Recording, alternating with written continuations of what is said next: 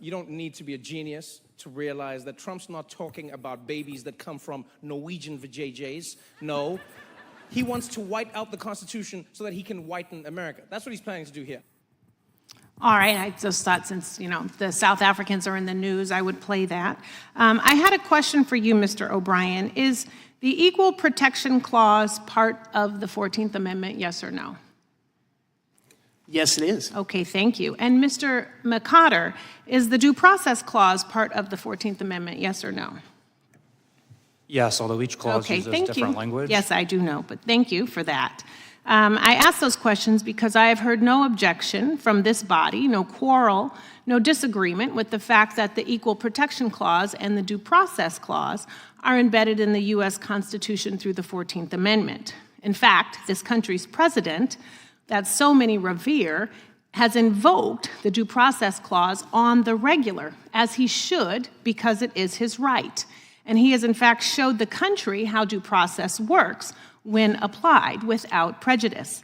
If only it would work for the rest of us like that, but I digress. The point is, those tenets are here to stay with birthright citizenship.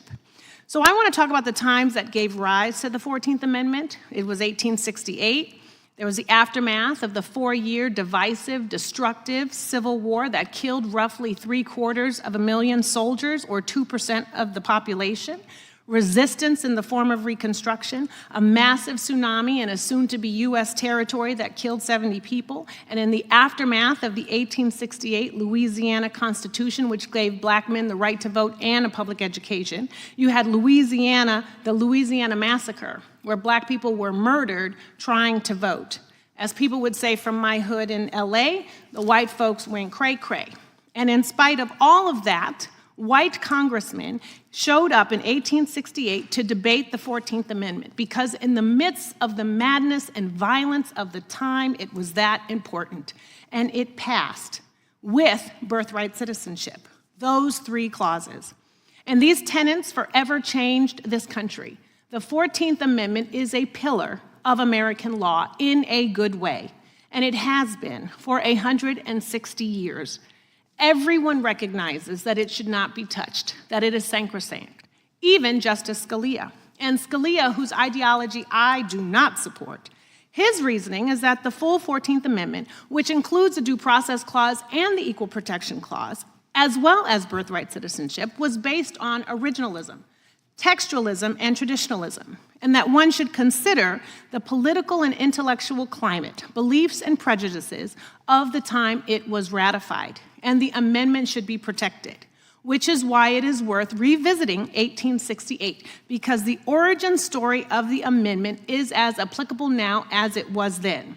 You had a Democratic president impeached in 1868 and a Republican president impeached in 1921. You had political violence in 1968 with the Louisiana Massacre and an insurrection that happened here in 2021 where Capitol Police were speared with American flags. You had a tsunami in Hawaii in 1868 and a fire again in 2023. You had an economic turndown in 1868 and you have $15 eggs under Trump right now in 2025. Same environment, toxic, hostile, destructive, deadly.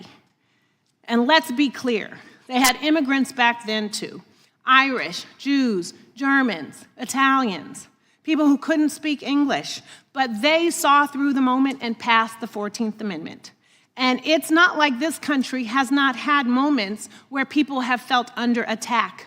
We've had Jim Crow, World War II with the Germans, McCarthyism, the Japanese in internment camps, the Vietnam War, and birthright citizenship has survived all of that. And now, not because of war, but because somebody can't get a job at Walmart because of xenophobia, fragile ego, and mediocrity, we are going to look for culprits instead of protecting the Constitution. It is the epitome of lazy. And if they could put the 14th Amendment in the Constitution during those hostile times, we can keep it in law during ours. The climate is not different. It is the patriotism of the Republican Party that is different. And with that, Mr. Chair, I yield back.